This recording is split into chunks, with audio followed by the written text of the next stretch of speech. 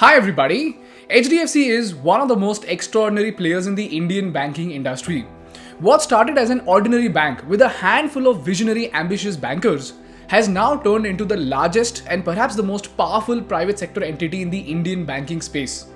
And if you look at the stock price of HDFC, in the past 21 years, it has shot up by more than 8,000%, going from just 17.86 rupees in Jan 2000 to more than 1,400 rupees today. And what's mind-blowing is that this return rate in the past 20 years is more than the stock returns of Reliance, Microsoft, and even Amazon. In fact, in the past 10 years, the revenue of the company has shot up by 350%, going from 34,185 crores in 2012 to 1,55,885 crores in 2021. The question is, how did HDFC become such a powerful entity in the Indian banking space? How did it break the monopolies of the nationalized banks in India?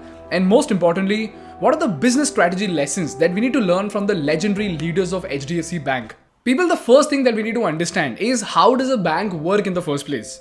In simple words, a bank collects money from people like you and me, the businessmen and the corporates, by providing us with saving accounts and current accounts. These are the most valuable assets to a bank because they have to pay very less interest to both these stakeholders. Furthermore, using this deposited money, the bank offers services like home loans and car loans, for which they charge an interest to the borrower. Therefore, the profit of the bank equals the interest collected from the borrowers minus the interest paid to the depositors. Now the catch over here is that back in 1990s, even though HDFC had the license of RBI, even though it was backed by Mr. Deepak Parekh himself, considering all the scams that were going on, no one trusted a new bank. Therefore, in its initial days, HDFC did not have enough deposits, because of which it could not offer lucrative services to the borrowers. So you know what? The legendary team of HDFC went on to do some extensive market research to find out the gaps in the market. And one such gap that they found was the pain of the cooperative bank transactions. To tell you about it, back in 1998, cooperative banks were restricted to one state and their customers and branches were only in that particular state. So the moment they had to do any interstate transfer, they were dependent on another bank in another state. For example, let's take the example of two people, Mr. Gopal Das and Mr. Shyam Sundar. Mr. Gopal Das is a Maharashtra Cooperative Bank customer who buys 10 lakh rupees worth of cement from Shyam Sundar, who is from Gujarat. Gopal Das pays by check. So Shyam Sundar goes back to Gujarat and deposits the check in his ABC bank. This ABC bank clears the check and pays Shyam Sundar, but charges a processing fee plus takes 3 to 4 days to deposit the money. Why? Because they had to send the check to their Maharashtra partner bank to clear the check. So for 3 to 4 days, 10 lakh rupees of Shyam Sundar was stuck with the bank, plus he has to pay a processing fee. Now when this happened with Shyam Sundar, for 2 to 3 clients, Shyam Sundar needed 30 lakhs of extra working capital just because of the tedious procedure of the bank. This is the reason why most suppliers were not at all willing to accept a cooperative bank's check. As a result, the cooperative banks were losing these big ticket accounts of local businessmen. But here's where HDFC offered a simple solution. HDFC said that because it has branches all across the country, it will issue checks at par to all cooperative bank customers, by which when Gopal Das writes a check to Shyam Sundar for 10 lakh rupees, instead of sending the check back to Maharashtra, Shyam Sundar can deposit this check at his local HDFC branch in Gujarat, and HDFC will clear the check without any fees or delay. This is how cooperative banks could pay their suppliers all across the country, because of which they were able to retain their high-ticket customers. But in return, HDFC asked these cooperative banks to keep interest-free deposits with HDFC Bank. So for example, if 10 cooperative banks deposited 20 lakh rupees with HDFC, HDFC had 2 crore rupees of low-risk interest-free capital that they could use to give out car loans, home loans and other services, eventually to make a profit. The second gap that the legendary team of HDFC spotted was the functioning of the stock market. To tell you about it, back in 1998, just like today, back then we had 5 entities in the stock trading system: the buyer, broker of the buyer, stock exchange, broker of the seller and the seller. And before 1990, all these transactions used to happen physically through share certificates.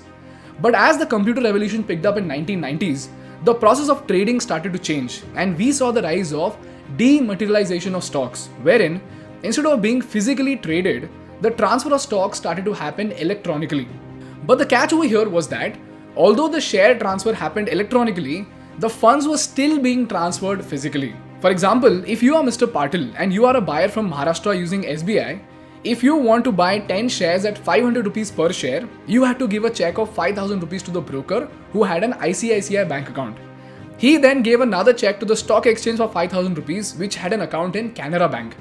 And then, assuming that the exchange has a seller, it will then carry out the exchange by giving a 5,000 rupees check to the broker of the seller. And lastly, the broker of the seller then gives another check to the seller, that is Mr. Singh.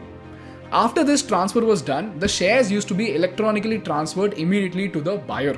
But the problem with the system was that this was a very inefficient system and it caused three major problems to the entities of the supply chain. Number one, each one of these transactions used to take 2 to 3 days, sometimes even 5 to 7 days to be carried out.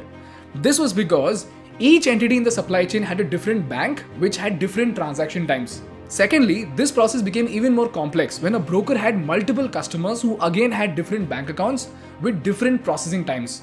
And thirdly, from the seller's end, the broker had to settle the transaction for the volume of shares sold by Mr. Singh, so he had to pay 5,000 rupees to Mr. Singh even if the money did not hit his bank account yet.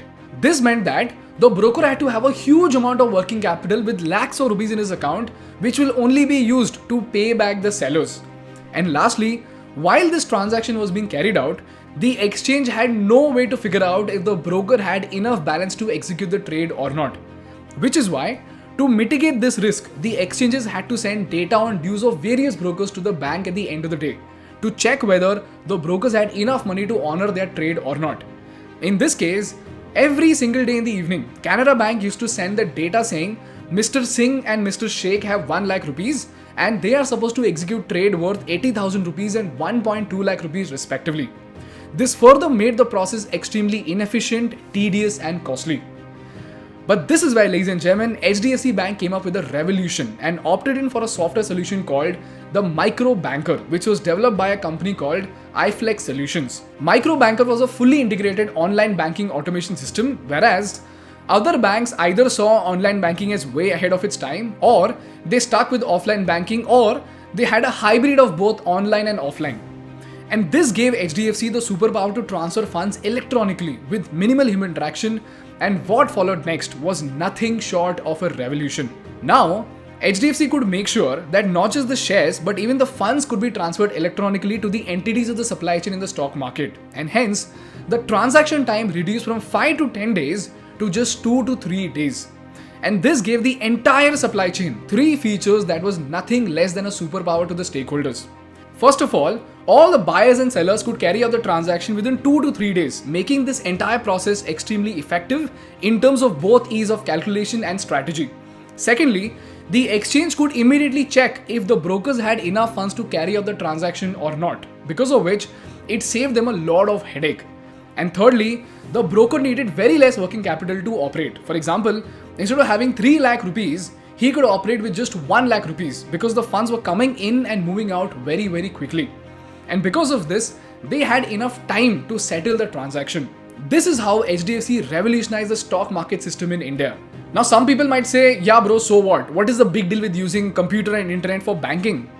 Well, for those people, I gotta tell you guys that this was not like ordering pizza online. We are talking about using a new age technology to carry out critical transactions, and that too in the stock market.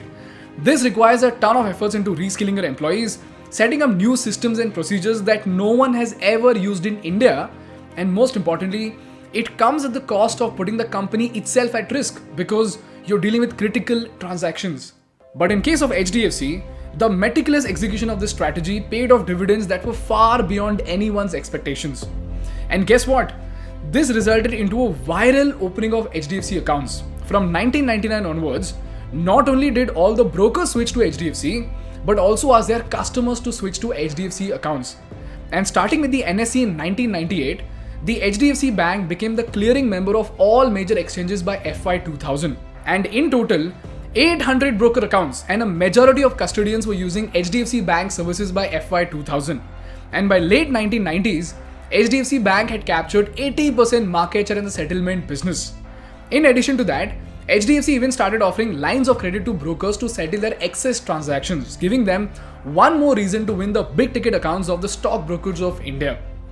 This is how, ladies and gentlemen, HDFC Bank ended up getting the most valuable current accounts and saving accounts, giving them a huge chunk of funds to then be utilized for financial services. And lastly, they even carried out a similar process to tap into huge corporate accounts by digitizing their employee salary system. And because of this, HDFC got crores of rupees in its bank account in the form of current accounts of large corporates. And on the other side, they also achieved extraordinary penetration into retail banking because all the employees of these companies also shifted to HDFC accounts. This is the reason why from 1994 to 2000, in just 6 years, HDFC went from being an ordinary bank to becoming a legendary company in the Indian banking sector.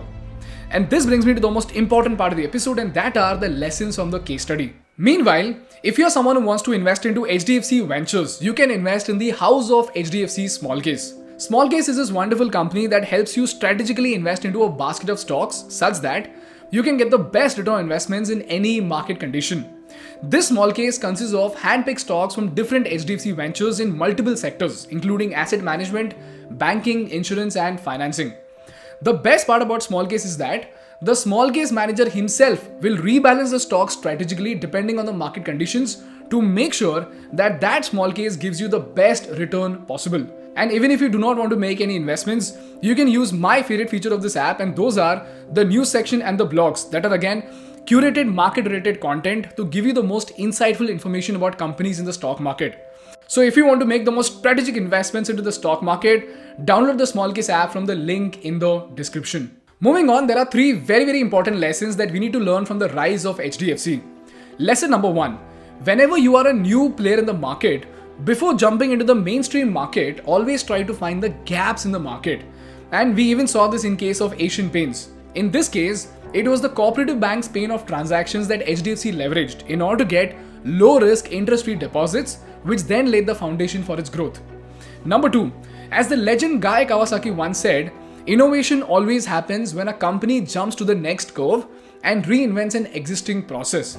In this case, the legendary team of HDFC had the audacity to jump to digitalization. And number 3, please read this book called The Unusual Billionaires and this book called The Bank for Your Buck. Both of these books have given me some fascinating insights about HDFC Bank. And lastly, always remember, no matter how big a company you are, if your processes are inefficient, even the smallest player in the market with a better process could actually become the biggest threat to your company.